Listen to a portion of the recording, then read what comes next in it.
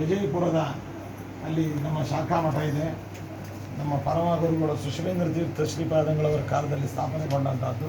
ಅದರ ಮೇಲೂ ಉಸ್ತುವಾರಿಯಾಗಿ ನಮ್ಮ ಗೋಪಾಲ್ ನಾಯಕರವರು ನೋಡ್ಕೊಳ್ತಾ ಇದ್ದಾರೆ. ಅವರು ಮಠದ ಪರಂಪರಾಗತವಾದ ಶಿಷ್ಯರು. ಅವರು ಅವ್ರ ತಂದೆ, ಅವರ ತಾತ, ಅವ್ರ ಮುತ್ತಾತ ಎಲ್ಲರೂ ಕೂಡ ಕಾಲಕಾಲದ ಎಲ್ಲ ಪೀಠಾಧಿಪತಿಗಳ ಕಾಲದಲ್ಲಿ ಮಠಕ್ಕೆ ವಿಶೇಷವಾಗಿ ಸೇವೆಯನ್ನು ಮಾಡಿರ್ತಕ್ಕಂಥವರು ಉತ್ತರ ಕರ್ನಾಟಕದಲ್ಲಿ ಪ್ರಸಿದ್ಧರು ಮತ್ತು ಜನಪ್ರಿಯರು ಆಗಿದ್ದಾರೆ. ಮೂಲತಃ ಪತ್ರಿಕಾ ರಂಗದವರು.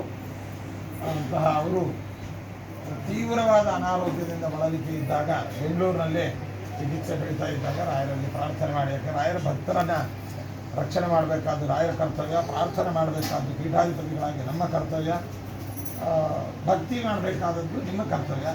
ಈ ಎಲ್ಲ ಒಂದು ಸಹಯೋಗದೊಂದಿಗೆ ಇವರಿಗೆ ತೀವ್ರವಾದ ಅನಾರೋಗ್ಯ ಇದ್ದದ್ದು ರಾಯರು ಅವರಿಗೆ ಅನಾರೋಗ್ಯವನ್ನು ಪರಿಹಾರ ಮಾಡಿ ಉತ್ತಮ ಆರೋಗ್ಯವನ್ನು ನೀಡಿದ್ದಾರೆ. ಇದಲ್ಲದೆ ನಮ್ಮ ಹುಬ್ಬಳ್ಳಿ ಮತ್ತು ಧಾರವಾಡ ಅವಳಿ ನಗರದಲ್ಲಿ ಭವ್ಯವಾದ ಭಾವದೀಪ ಶಿಕ್ಷಣ ಸಂಸ್ಥೆ ಅಂತ ಸ್ಥಾಪನೆ ಮಾಡಿ ಸಾವಿರಾರು ಮಕ್ಕಳು ಅಲ್ಲಿ ಉತ್ತಮವಾದ ಶಿಕ್ಷಣ, ಉತ್ತಮವಾದ ಕಟ್ಟಡ, ಉತ್ತಮವಾದ ಪರಿಸರದಲ್ಲಿ ಅವರು ಓದ್ತಾ ಇದ್ದಾರೆ.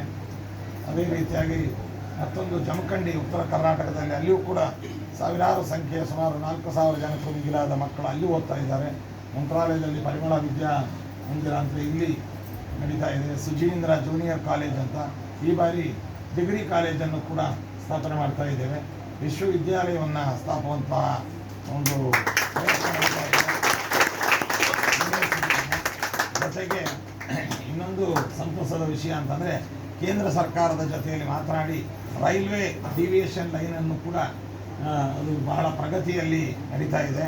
ಇದಲ್ಲದೆ ಕೇಂದ್ರ ಸರ್ಕಾರದಿಂದ ಒಂದು ಮಿನಿ ಏರ್ಪೋರ್ಟ್ ಅದನ್ನು ಕೂಡ ಈಗಾಗಲೇ 2 ಬಾರಿ ಸರ್ವೆ ಆಗಿದೆ.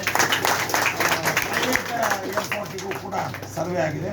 ಇದೆಲ್ಲವೂ ಆದರೆ ನಿಮ್ಮಂಥ ಭಕ್ತರು ಬೇಗ ಬಂದು ಹೋಗಲಿಕ್ಕೆ ಸೌಕರ್ಯ ಆಗುತ್ತೆ ಅಂತ ಹೇಳ್ತಾ ಎಲ್ಲರಿಗೂ ಶುಭವನ್ನು ಕೊಡ್ತಾ ಇದ್ದೀನಿ.